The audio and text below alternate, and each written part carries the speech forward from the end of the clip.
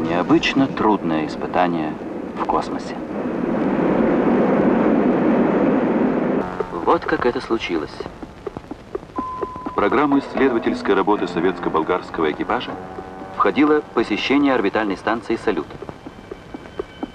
Оставалось пройти до нее всего 3 километра, как вдруг командир корабля «Рукавишников» заметил, что в ходе сближения произошло отклонение от предусмотренного режима.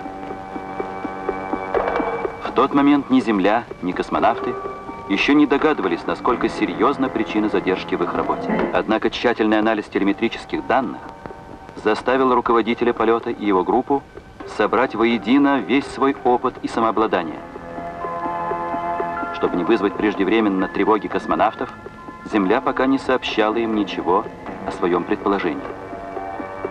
Никогда Центр управления полетом не работал так напряженно. В создавшейся нештатной ситуации было принято решение отменить режим стыковки.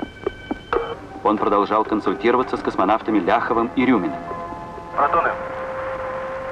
Протоны. Вопрос. Какой факел у двигателя «Сатурнов»? Вы видели его? Ответ.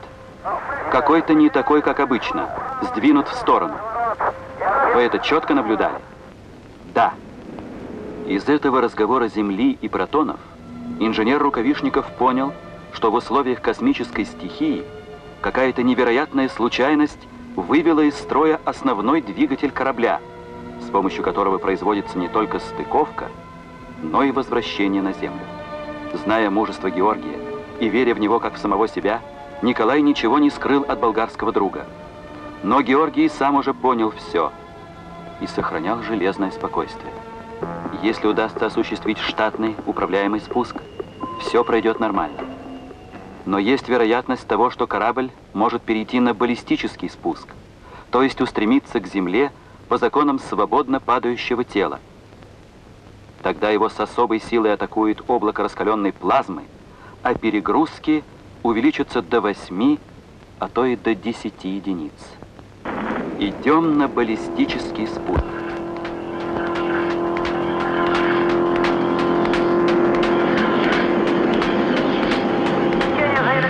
Понял, плазму неразделенные пока.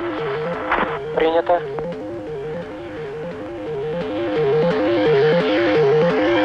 Разделение будет в ближайшую минуту-секунду.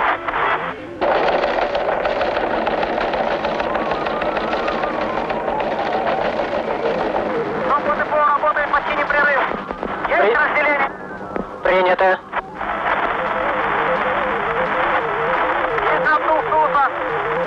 Принято, принято. Поняли, разделение прошло. Принято, прошло разделение. У корабля светит плазма, ярко как солнышко. Поняли правильно.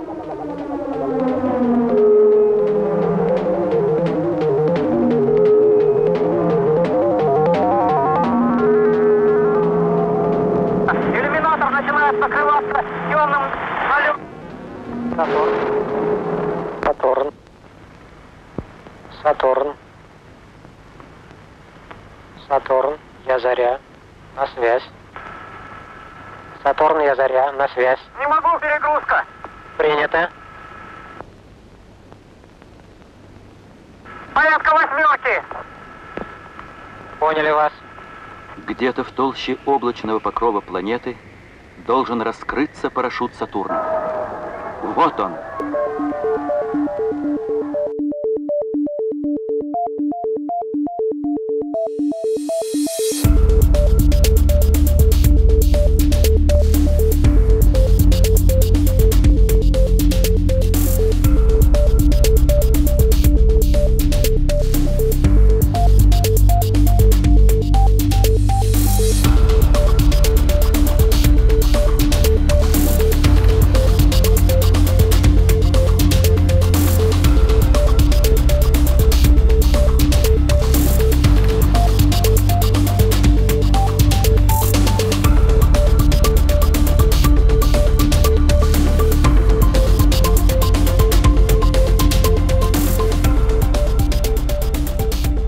Разбира се, сълзите на радост бяха за мен най-големи и впечатляващи на моята майка, на баща ми, на роднините, които ме посрещаха в Ловеч, а и навсякъде из цяла България, където обикаляхме.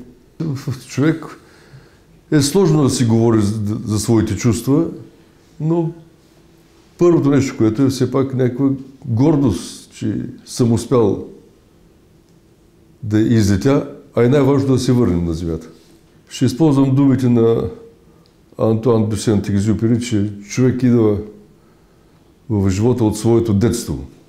А моето детство беше в моя роден град Ловеч, най-красивият град, може би, на планетата Земя, защото в него има много доброта съм срещал. Първо в моето семейство, майка ми, баща ми, моите роднини. Второ, пейзажите на Ловеч са уникални.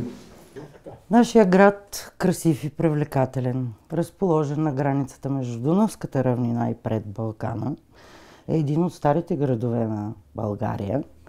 В неговата история се вместват цивилизациите на траки, римляни, славяни, прабългари, османски турци. И той заема достойно място в нашата национална история. В началото на 14 век градът ни заема важно място в културната история като център на деспотство. С просветен владетел, покровител на българската средновековна ръкопис, деспот Иван Александър, по-късно български цар. Да стигнем до 70-те години на 19 век. Ловеч е център на вътрешната революционна организация в поробените български земи, а Ловешкия комитет е привременно правителство в България. Основава се Ловешкото читалище наука, от което водят своето начало другите културни институти. Музей, библиотека, театър, духов оркестър. Майстор Кольо Фичето строи уникалното транспортно съоръжение, покрит мост. Днес ни е символ на града. Йосиф I отдал 40 години от своя живот в името на българската национална идея, е избран за ловешки митрополит, а в последствие и екзарх български.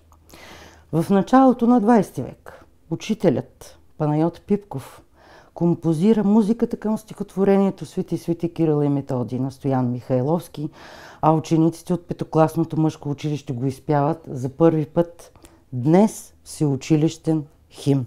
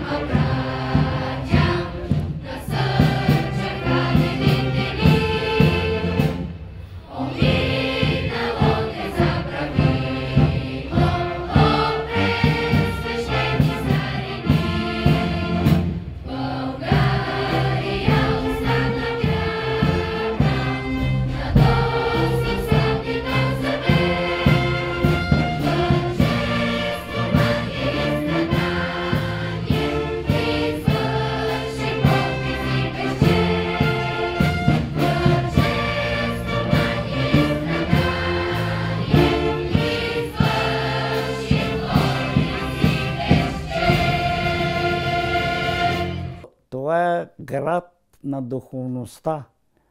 Ловеч продължава този духовен разцвет с много книжовници, музиканти, композитори. С Ловеч ми е най-голяма духовната връзка, тъй като аз тук съм се родил. Тук съм израснал, тук съм играл, тук съм учил в училище. Тук са ме възпитавали моите родители. И корените ми са от квартал Вароша, родната ми къща. Е тук. И естествено, че тези последни 40 години аз не мога да загубя тези корени и да се откъсна от тях. Човек, ако цитира Михайтов, ако се пресели и се откъсне от корените, дърво без корен не може да вирее. Както и той се изразява, че особено по-старите дървета не ги пресаждат. Там се засаждат млади дървета. Така че човек не може да се откъсне от родното си място, от родната си къща и от родния си град. Имам незабравими учители, а и до сега с моите съученици се срещаме. В продължение на 7 учебни години, 3 в прогимназия Васил Левски и 4 в смесена гимназия Тодор Кирков в родния ни град Ловеч, съм била в една паралелка с генерал-лейтенант инженер Георги Иванов. Плюс това в Ловеч, вие знаете, имаше завод за производство на самолети. Произвеждах самолети ЛАЗ-7 и ЛАЗ-7М и почти ежедневно над града изпълняваше фигури Петко Попганчев и дори негови колеги, може би. А ние като деца от скалите ги гледахме почти, че са на нашата височина. Или сме ние на тяхната височина изравнени.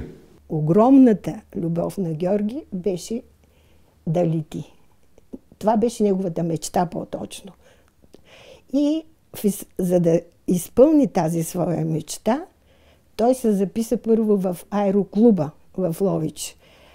Обичаше и астрономията. Ние сме се събирали вечер на хълма и имахме една карта по астрономия на звездите основните и сме играли на изпитване. Кой може да покаже първи това съзвездие, другото, третото. Любимите предмети на Георги бяха физика, математика и астрономия. Гошо беше едно добро и скромно момче в отношенията си с приятелите, пък и най-вече, че той много обичаше да спортува. На него това му и помогна, за да може да изгради здрав дух, здраво тяло. Ако говорим за духовността на хората, и някакси повече като физическа история, обаче духовно на първо място. Духът не е случайно, древните се казва, здрав дух, здраво тяло. Но като че ли, за да бъде здраво тяло, трябва да е силен духа. И в 9-ти клас беше, има първия си парашутен скок. След парашутизъма идва безмоторното летение, след това идва вече моторното летение, идва завършването на Висшето народно въздушно училище в Долна Митрополия. Първите впечатления е спокоен, уравновесен, не словоохотлив, с премерени приказки. Съвсем обикновен курсант, но необикновено това, че той беше не един от най-добрите, а може би най-добрия, най-добре освояващия курсант. А при това е изключително спокоен. Идва и летенето на бойни самолети. С годините на времето искам да кажа, че е благо за България, че именно него избраха. Аз бях в първата четворка заедно с него. Георги се представи много по-добре във въртенето на стола, т.е. вестибуларния апарат. И оттам нататък тръгна и се представи. Не съм, ако става въпрос кой да бъде, и аз ще кажа като великият Титов. Смятате ли, че на мен не ми се искало да съм на мястото на Гагарин? Естествено, че човешко, той се е готвил и искал да бъде на мястото на Гагарин. Аз също съм искал да бъда и аз космонавт, като са решили там да ме изберат, но Георги беше по-добрия и много хубаво, че е по-добрия. Действията му при тази аварийна обстановка, успешното приземяване, той дава още по-голям принос в развитието на космонавтиката. Единствено при този полет, до тогава в космическата практика, беше извършено преструктуриране по време на полет на орбиталния отсек на космическия кораб Съюз-33. Това е една сложна задача, която се решава на Земята. За първи път тя беше решавана в космоса. Условията на полета налагаха някои апарати, някои системи да бъдат изхвърлени с цел да се осигури безопасното завръщане. Космонавтика – это сложное явление, и трагедии, и успехи большие, и триумф, и неудачи. Вот только такая мозаика, она составляет объективную картину о космонавтике. И Георгий, безусловно, очень органично вписался в картину космонавтики. И он космонавт, безусловно, с большой буквы. Он сделал свое очень большое дело. Пусть не совсем удачный полет, но эта неудача, она позволила ликвидировать последующие, наверное, может быть, еще большие неудачи, проблемы при полете в космос. Поэтому Георгий пишется с большой буквы не потому, что это только имя, а потому что это личность в истории космонавтики. Одна его знаю, потому что мы начали подготовку к звездному полету там 32 года назад. Очень хороший, прекрасный человек. Друг другу поняли, смотрели в глазах и уже чувствовали, что надо, и какую помощь нужно давать друг другу. Наш полет был запланирован тоже в 1979 году, но так как их полет был очень героический, драматический, и нас тогда в этом году не пустили.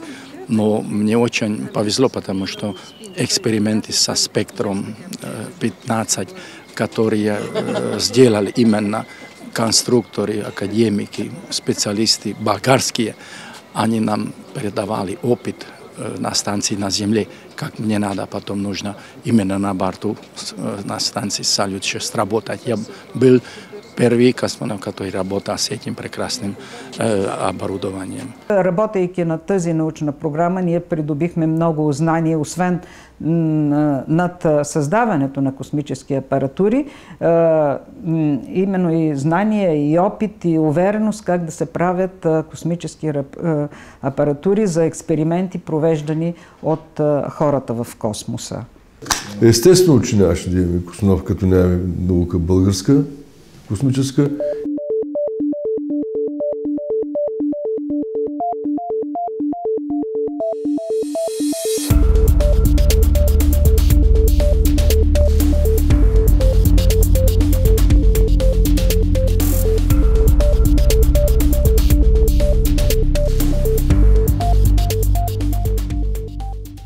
В Ловеч е създадена първата алея в света на космонавтите, която днес растат 44 космически брезички.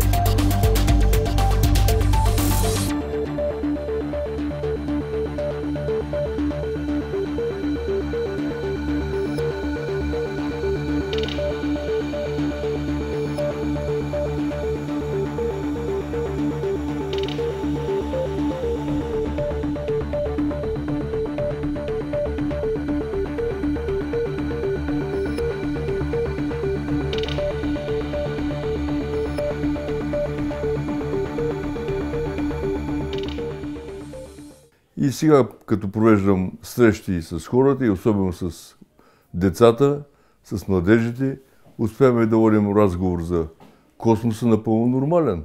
Как са били реалностите тогава през 60-те, през 70-те години. Те го възприемат, особено децата, малко отдалечено по-откъснато и не е задължително всичко да знаят за тогава. Да разберете и да знаете най-вече, че България участва в космическите изследвания от самото начало. Но се стараят все пак да обръщат поглед към космоса. Това ги привлича. А човек винаги го привлича неизвестното. Тегли го. Видяхте колко красива е Земята от космоса. Как красиво изглеждат моретата, океаните, планините, облаците как се виждат и където има вулкани също се отразяват много добре и се виждат.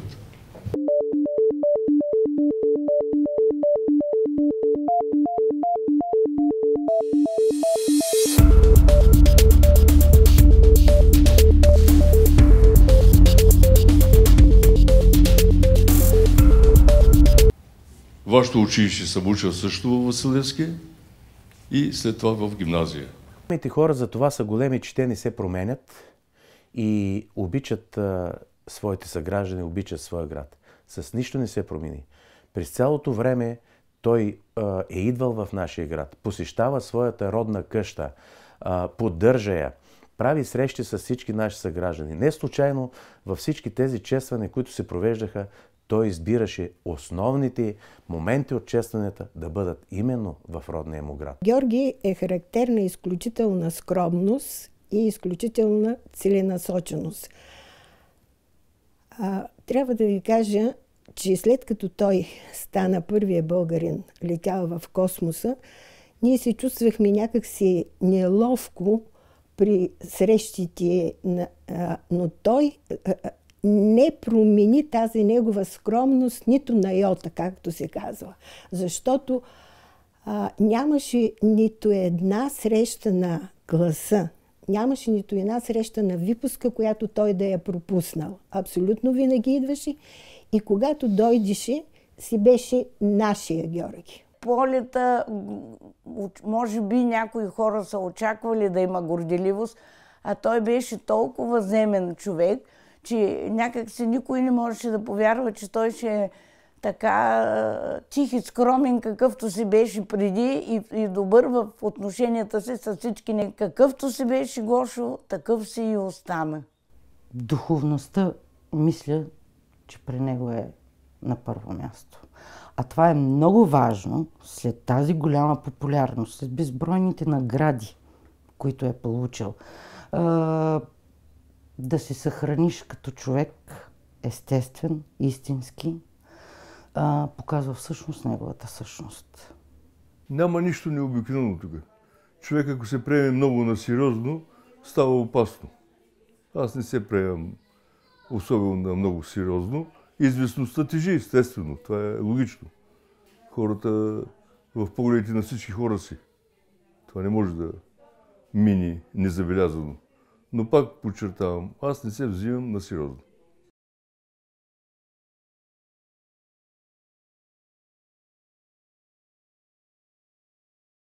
Неговата дира, неговата пътека, неговата следа. Това ще се помни. Да се завърнеш бащината къща винаги е удоволствие и приятно. Аз тук се чувствам у дома си. На много места съм живял, но такова излъчване, каквото има в Ловеч и особено тук в моята къща, никъде не съм намерил. Който се не обича семейството, който се не обича града, месторождение, той не може да обича и България. И за мен той си остава една личност, която е неповторима като българин. Живота, както съм си го изживял, би го започнал отново по същия начин да живее.